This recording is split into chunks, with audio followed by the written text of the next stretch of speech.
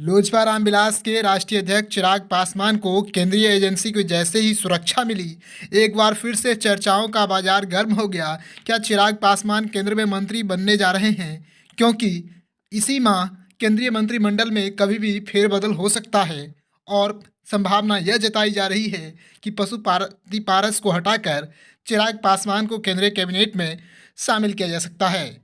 इसकी संकेत भी अब मिलने लगे हैं। जैसे ही चिराग पासवान को केंद्रीय एजेंसी की सुरक्षा दी गई है केंद्र सरकार के द्वारा, अब ये संभावना दिख रही है कि चिराग पासवान बहुत जल्द केंद्रीय मंत्रिमंडल में शामिल हो सकते हैं। जानकारी हो कि लोजपा रामविलास के राष्ट्रीय अध्यक्ष लगातार बीजेपी और नरेंद्र मोदी के पक्ष में दिखते रहे हैं। वो लगातार केंद्र सरकार का समर्थन भी करते रहे हैं। हर किसी मौके पर चिराग पासवान लगातार नरेंद्र मोदी सरकार एवं नरेंद्र मोदी का खुलकर समर्थन किए हैं।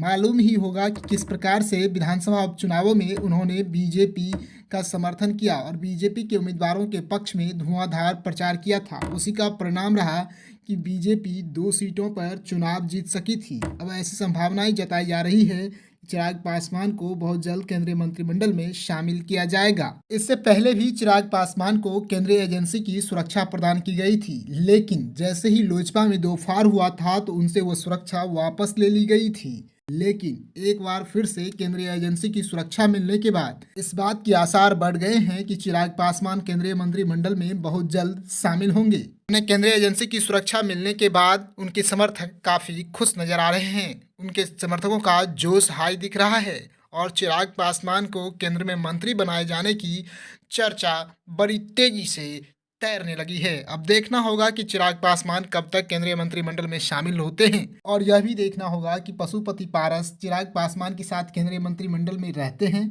या फिर उन्हें बाहर किया जाएगा, क्योंकि संभावना तो यही जताई जा रही है कि चिराग पासवान को केंद्रीय मंत्रिमंडल में शामिल होने के बाद पशुपति पारस को केंद्रीय मंत्रिमंडल से बाहर होना पड़ेगा।